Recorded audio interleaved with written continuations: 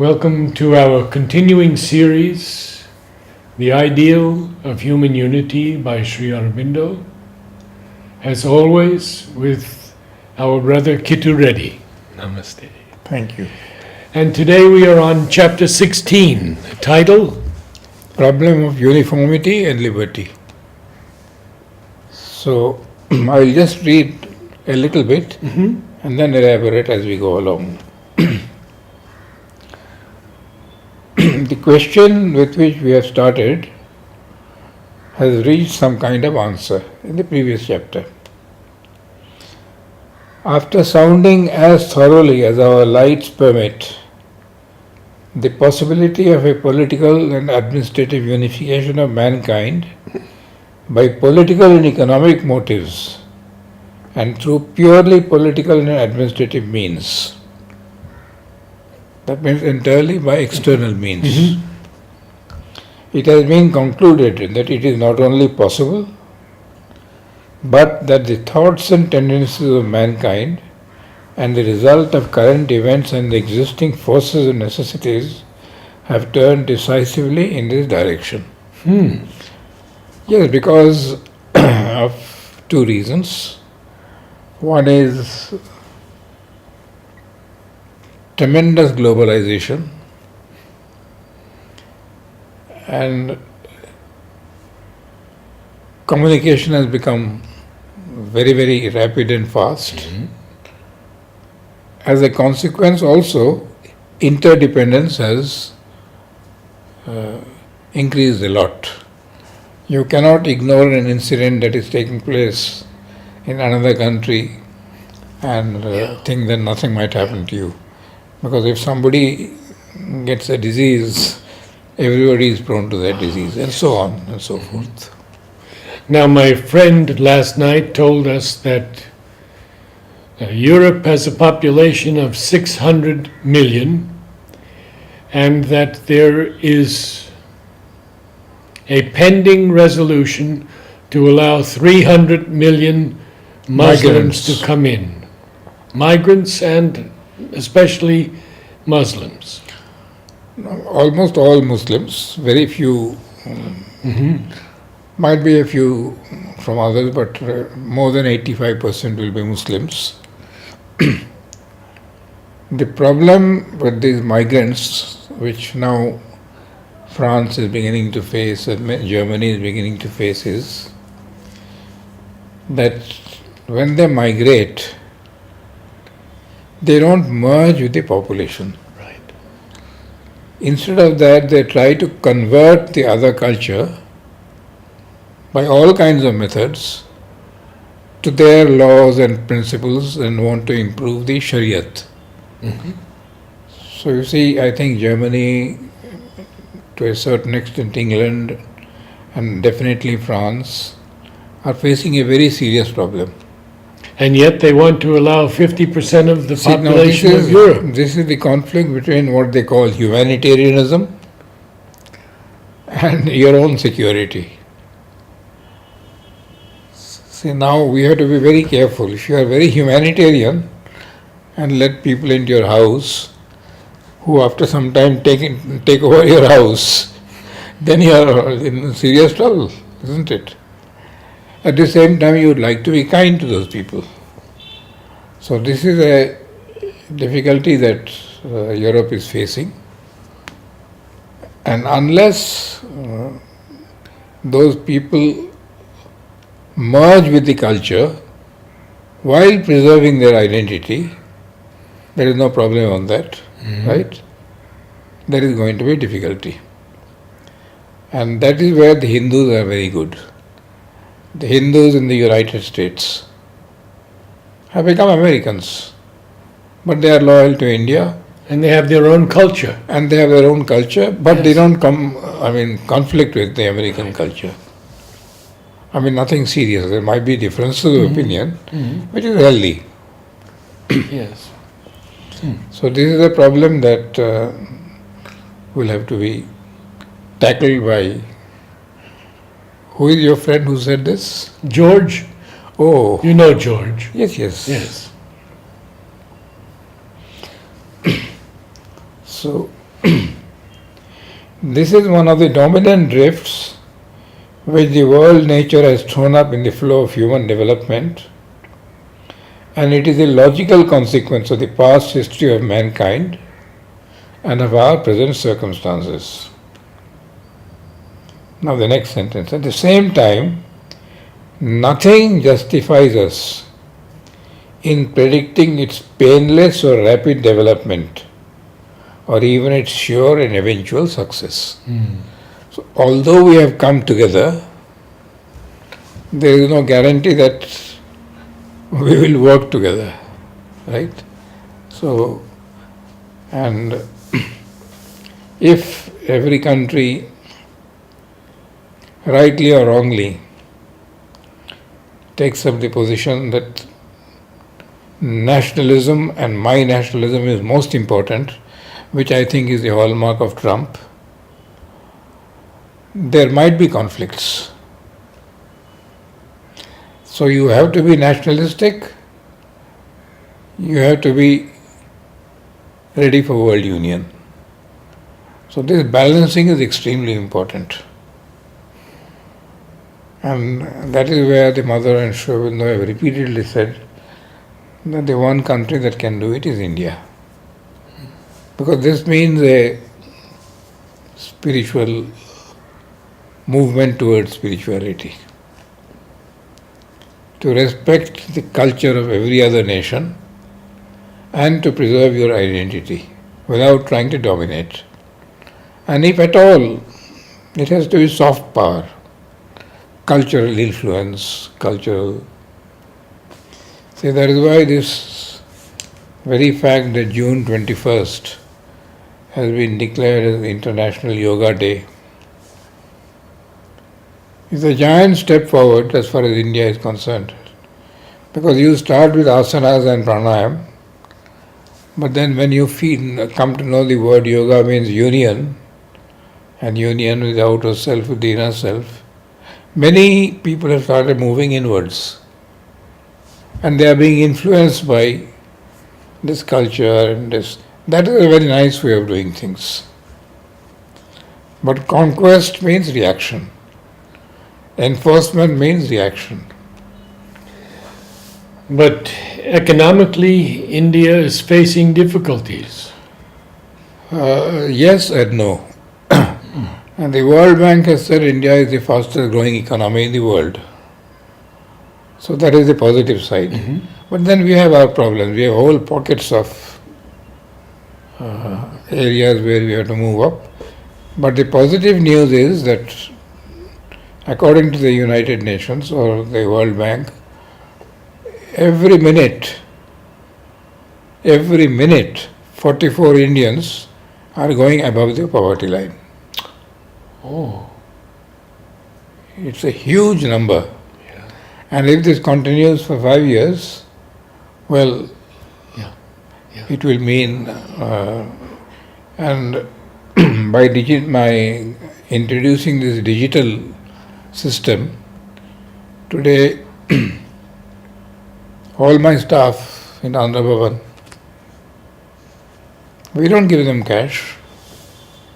Everything is put in the bank. At the beginning, they didn't want it because, you see, cash is something which. But they realized afterwards that when we put, say, 10,000 rupees in their account, they are careful in spending.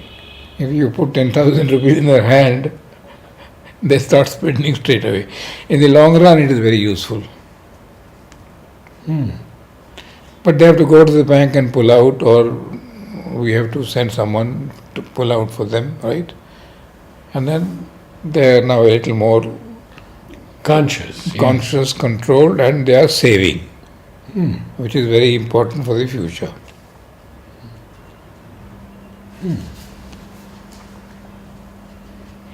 So nothing justifies us in predicting its painless or rapid development, or even its sure or eventual success.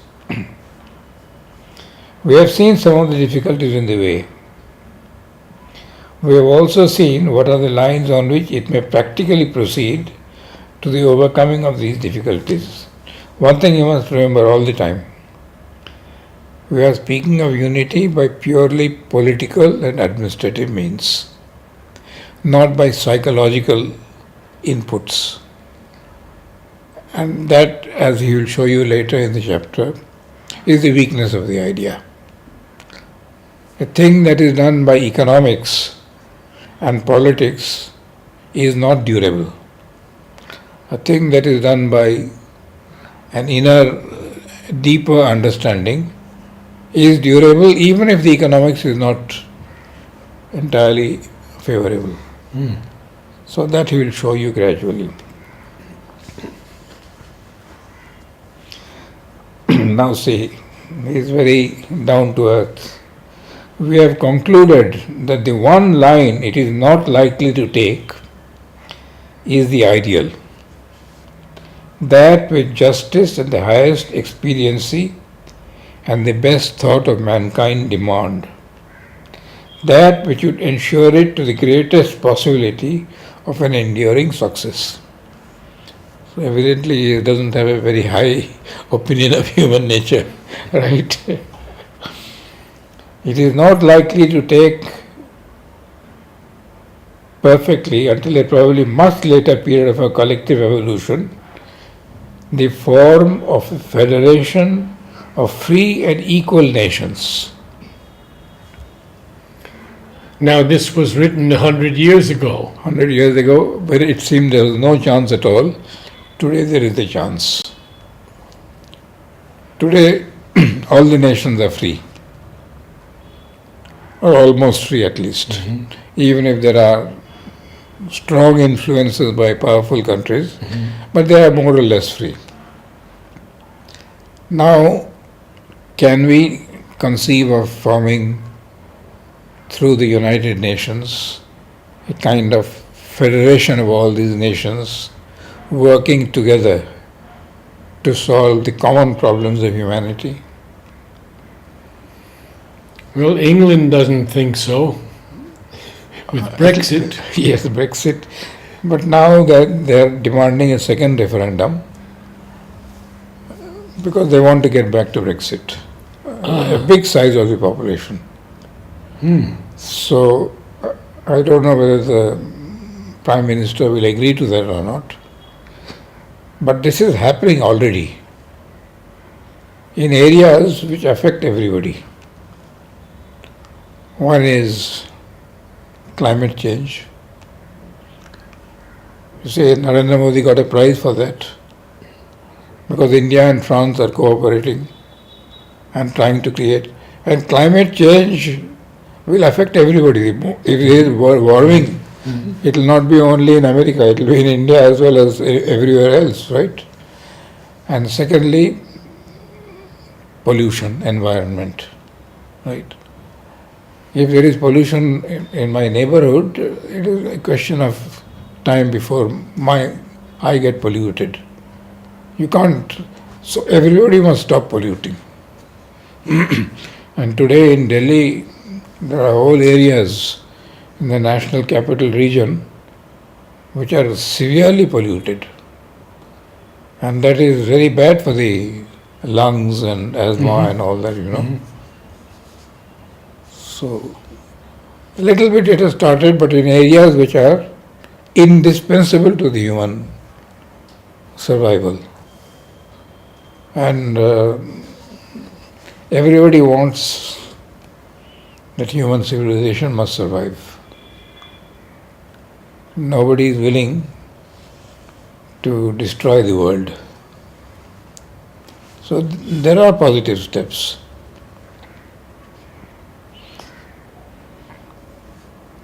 So a perfect harmony between the contending principles of nationalism and internationalism.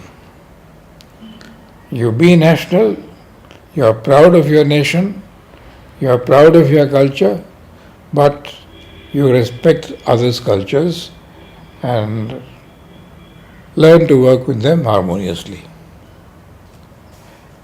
This needs a deep change, and it is not going to be done by purely political and administrative means. Political, administrative, certainly. But the root has to be psychological, deeply psychological. When implementing, then it is political and administrative. So, and now we have to consider the second aspect of the problem, its effect on the springs of human life and progress. I'll read one more sentence and I explain. The political and administrative unification of mankind is not only possible, but foreshadowed by our present evolution. The collective national egoism which resists it may be overborne by an increasing flood of the present unifying tendency to which the anguish of the European war gave a body and an articulate voice. The First World War was very painful. The reaction was, no more war. This is the last war. So they created the League of Nations, which is a very positive step. It failed, there were many defects in it, but the step was right. So you see now this anguish, this suffering demand that we come together. And in every community you will find that if the community doesn't want to break up and wants to continue, then these disturbances are not encouraged. They would like it to be solved by internal, peaceful, I won't use the word spiritual, but psychological methods. Spiritual will take time. So, but the question remains whether not in its first loose formation, but as it develops and becomes more complete and even vigorous, a strictly unified order will not necessarily involve a considerable overriding of the liberties of mankind, individual and collective. So that is the danger when political and administrative unity takes place. Individual and collective liberty might be overridden, and an oppressive mechanism by which the free development of the soul life of humanity will be for some time at least seriously hindered or restricted or in danger of an excessive repression. So this is the whole danger of an external political administrative unity at its root, because it will inevitably suppress individual liberty, religious liberty, cultural liberty, social liberty, and that is very undesirable for human progress. And then, since the chapter is uniformity and liberty, whenever you do things by administrative, political, external means, you have to create a system. And a system means uniformity.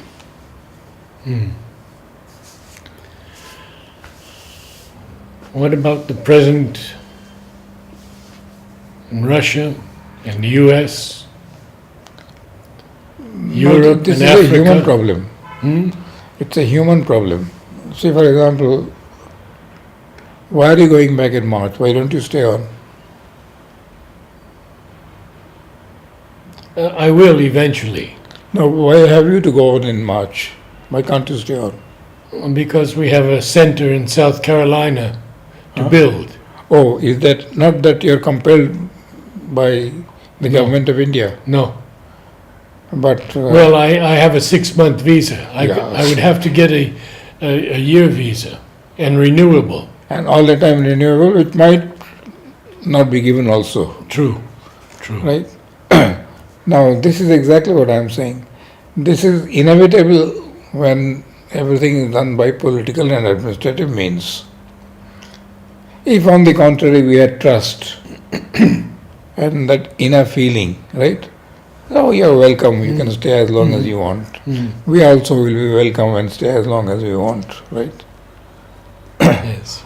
So that is the reason why administrative political means will always mean a system, and a system will always mean a uniformity, Which means suppression.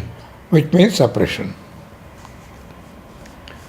which might be necessary at the beginning, because till you have got into the habit of unity, this external uniformity is necessary, but beyond a certain point, it will kill your freedom. It will kill your growth, right? And even in an organization, there always has to be some uniformity. But we should try to make the uniformity the minimum and not the maximum. And that is why I admire the wisdom of the mother. She has made no rules and regulations here, Yeah. almost the minimum, Yeah. and no rituals at all. Yes. You are not compelled to go to the samadhi. You are not compelled to go to meditation. There are people who have not entered the ashram for 1 year, except on their birthdays. And they don't go up to Sri Aurobindo's room because they are old. But they say no use. The mother is there always with us, Sri Aurobindo is with us. But if you make rituals and rules and all that, then everybody will try dying to come. So in this old man's home, Desiree, out of these 16 or 17 patients upstairs, only one goes regularly. All the rest, they are reading Savitri, they are listening to Mother, they are reading Mother's and Sri Aurobindo's books.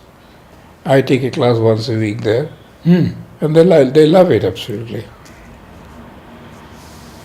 So, and that is so important that Mother has given absolutely no rigidity.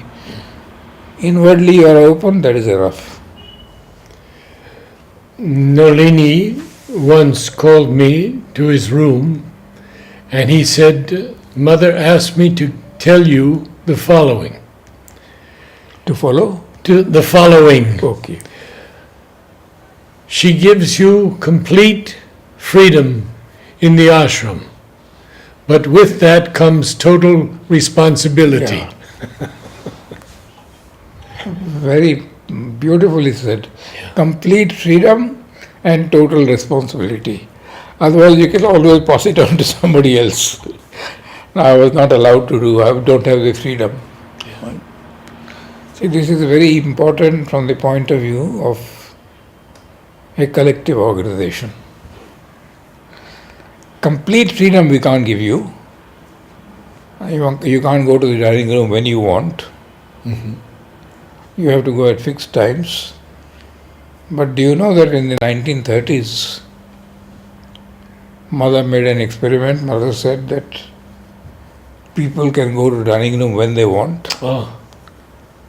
Some people eat at 9 o'clock, especially outside. Bengalis, 9:30. Dinner at 10:30. So Mother said that they should ask someone to keep their food. It will be kept in an almirah. They have to go there at 9 o'clock and eat. It failed because they were not regular. The food was wasted. Ah. Right? Then Mother had to make a fixed rule. Because then you don't depend on people who are serving you. It is there. Right. Right? But even with 100 persons at that time, it didn't work out. Today with 1300 persons, Yeah. I don't think there's much chance. So uniformity is almost an inevitability when you are doing entirely by political and administrative methods. Agreed? Yes. You run a collectivity, in the United States. Some kind of uniformity. Yes. So that is Now, if you carry it beyond a certain point, it becomes mechanical, ritualistic, Yes. and loses that inner something else. So that is why the name of this chapter is Problem of Uniformity and Liberty. Administration, political and economic, demands uniformity, which is useful and necessary in the early stages. Carried beyond a point, it becomes more than a burden, a kind of suppression of the individual, and without individual growth, there can never be collective growth. Everywhere it is individual growth. One individual shoots up, the rest try to follow. In the mid 1970s, I had a long meeting with Madhav Pandit. After mother passed away, Yes. And he told me that in Oroville, it is now time for collective growth. Individuality can come later. yes, because mother created Oroville with that purpose of collective development, right? Yes. But no collective development is possible without individual development. So the first few years, slowly they built up. And now, definitely collective growth is taking place. And on Monday, we are taking class. Some people from Oroville come, or those who are connected with Oroville, and they say it is moving well. And I am in touch with Shraddhavan, Savitri Bhavan. It's moving extremely well. There is discipline, but it is more or less self-imposed. And that is the happiest thing possible. Yes. So there are 2 or 3 pockets, One is around the Mokya Mandir, governing council. One is Shraddhavan's place. Another, I am told, in Courage. A lot of freedom. There is one one middle-aged lady who lives there. Very free and very friendly. And there is a man called Rajan who comes to our house, who is Bharati's friend. Bharati goes there time to time. Very fine atmosphere. But other places, tendency to be commercial. They make money and they are supposed to give a big percentage. Well, it's a very big experiment, so one shouldn't be disappointed. Exactly. This is a slow process that will take place. But the very fact that it is still there is, for me, a huge success. 50 years. 50 years. And then all of them pouring the water, and Narendra Modi coming and pouring the water, and he gave a wonderful speech. Yeah. And therefore, Oroville is an experiment where uniformity is not imposed. But there is a section of Oroville which says that there is so much indiscipline that some kind of uniformity has to be established. Now the danger is, which they themselves recognize, that once you establish uniformity, to go back to the old thing again, the freedom is very difficult. Human nature being what it is. So discussions are going on. Might be they'll arrive at something there. And General Chatterjee, who is one of the most respected persons there, Yes. he is from the army where everything is uniform. But he has adjusted himself to circumstances and situations and has completely identified himself with the spirit of Oroville and tries to bring the minimum of uniformity. But it is a difficult task. It is going on, and that it is going on, that itself is a success. Yes. So he says, the old circle of progression by retrogression is likely to work itself out again on this new line of advance. Because first you will bring uniformity, there will be a retrogression, there will be a revolt, there will be again some freedom, again back to uniformity. But higher. On a higher level? That you have to open. It can't be by political and administrative means only. Right. So you add to the spiritual method, the inner psychological method, political and administrative, there is chance of success. I think we'll stop here today. Very good. We'll take it up next time. Thank you, Kittu.